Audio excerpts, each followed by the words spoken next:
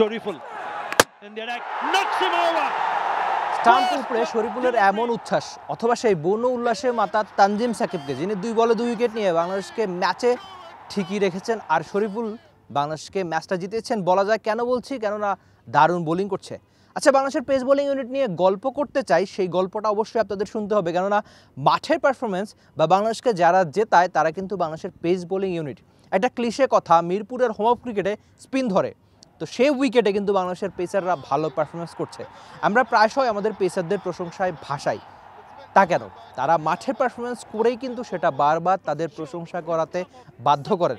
আপনি যদি বাংলাদেশ পাকিস্তান সিরিজটা দেখেন, সেখানে বাংলাদেশের পেসার কারা, যে তাসকিন আহমেদ তাজিম, মুস্তাফিজুর রহমান, শরীফুল, তানজিম সাকিব, প্রত্যেকের নামের সঙ্গে 2 ম্যাচ শেষে 3টা করে উইকেট। কারো কারো ইকোনমি এতই যে সেটা টি-20 ক্রিকেটে অনেকটা বেমানান। আপনি যদি মুস্তাফিজের ইকোনমির কথা চিন্তা করেন, টানা এত বেশি ডট বল তিনি করছেন প্রত্যেকটা ম্যাচে, তার ইকোনমি টি-20তে মানে এই সিরিজে পাকিস্তানের সঙ্গে 3 এরকম। অন্যদিকে শরীফুলের সেটা 5 এরকম, তানজিম সাকিবের 6 এরকম, তাসকিনের 7.5 মতো বা এরকম। তো কেউ হয়তো একটা ম্যাচ খেলেছেন, কেউ হয়তো 2টো ম্যাচ খেলেছেন, কিন্তু বাংলাদেশ যে 2টো ম্যাচ জিতেছে, খেলেছে পাকিস্তানের সঙ্গে এই হোম অফ ক্রিকেটে, সেখানে খুব ভালো পারফরমেন্স করেছে, সেটা অবশ্যই আপনাকে মানতে হবে।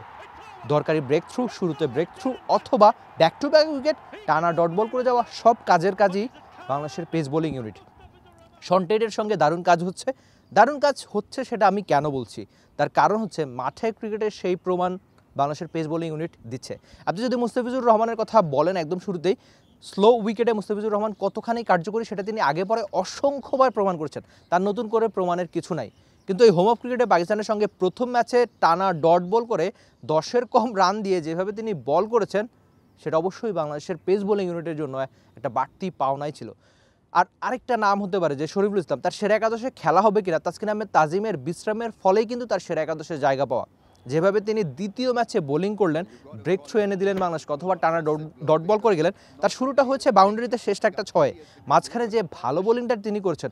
অথবা আপনি আরেকটা নাম বলতে পারেন যে Tanzim Sakib, back to back যেভাবে উইকেট পেয়েছেন, এই মিরপুরের উইকেটে যেভাবে বাউন্স আদায় করে তিনি উইকেট পেয়েছেন, সেটা অবশ্যই তার জন্য স্বস্তিরই ছিল। একই রকম স্বস্তি ছিল যারা পেস বোলিং দেখতে পছন্দ করেন, যারা পেস বোলিংটা অনেকখানি ওন করেন, তাদের জন্য এমন বোলিং দেখাটা অবশ্যই ছিল স্বস্তির। আচ্ছা, স্কোয়াডে যারা রয়েছে তাদের কথা বলছি, কিন্তু আমাদের পেস বোলিং ইউনিটের যে তালিকাটা রয়েছে লম্বা লিস্ট, আপনি নাহিদ রানার কথা হুট করে বলতে পারেন, যিনি হয়তো গতি দিয়ে বাংলাদেশের পেস বোলিং ইউনিটকে নতুন একটা মাত্রা দিবে।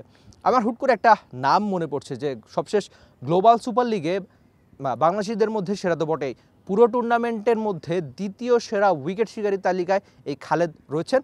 টানা 2 ম্যাচে ম্যাচ সেরা, টানা 2 ম্যাচে 4 উইকেট খালেদের নামের সঙ্গে। না, আমি এখনই বলছি না যে খালেদকে আপনার টি-20 খেলাতে হবে, তবে আপনি যদি সবশেষ বাংলাদেশ প্রিমিয়ার লিগ বিপিএলটা ফলো করে থাকেন, চট্টগ্রামের হয়ে খালেদ যে পুরো টুর্নামেন্ট জুড়ে ভালো বোলিং করেছে, অথবা এই গ্লোবাল সুপার লিগে যে ভালো বোলিং করেছে, বাংলাদেশের একজন পেস বোলারের চেয়ে আরেকজন যে খুব খারাপ তা না।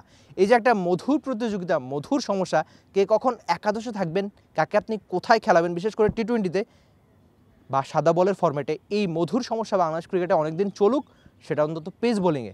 বাংলাদেশের পেসাররা মাঠে ক্রিকেটে দারুণ করছে, সামনেও হয়তো করবে, সেটা দেশে, দেশের বাইরে সবখানে আপনি সেই আশা করতেই পারেন। ওই যে ইবাদতের কথা আপনার ভুলে গেলে চলবে না, যিনি স্যালুট দিয়ে নিউজিল্যান্ডকে হারিয়ে নিউজিল্যান্ডের মাটিতে টেস্ট জিতেছিলেন, সেই যে চলছে লম্বা একটা সময় ধরে বাংলাদেশের পেস বোলিং ইউনিট ধারাবাহিকভাবে টেস্টে, ওয়ানডে, টি-20তে ভালো খেলছে, যার সবশেষ প্রমাণ এই হোম অফ ক্রিকেটের পাকিস্তানের বিপক্ষে সিরিজ। আপনি হাসান মাহমুদের কথাও বলতে পারেন চাইলে, যারা কিনা সব বলের ফরম্যাটে খুব ভালো ক্রিকেটটা খেলছে। তো আপনি আশা করতেই পারেন বাংলাদেশের ক্রিকেটাররা, বিশেষ করে বাংলাদেশের পেসাররা খুব ভালো পারফরমেন্স করবে, মাঠে ক্রিকেটে বাংলাদেশকে অনেক জেতাবে নাকি। Rifat Emil, T sports, Dhaka. For more updates, subscribe to our YouTube channel and click on the bell icon. Follow us on Facebook and Instagram. Download T Sports app to enjoy exciting games and highlights. Visit tsports.com.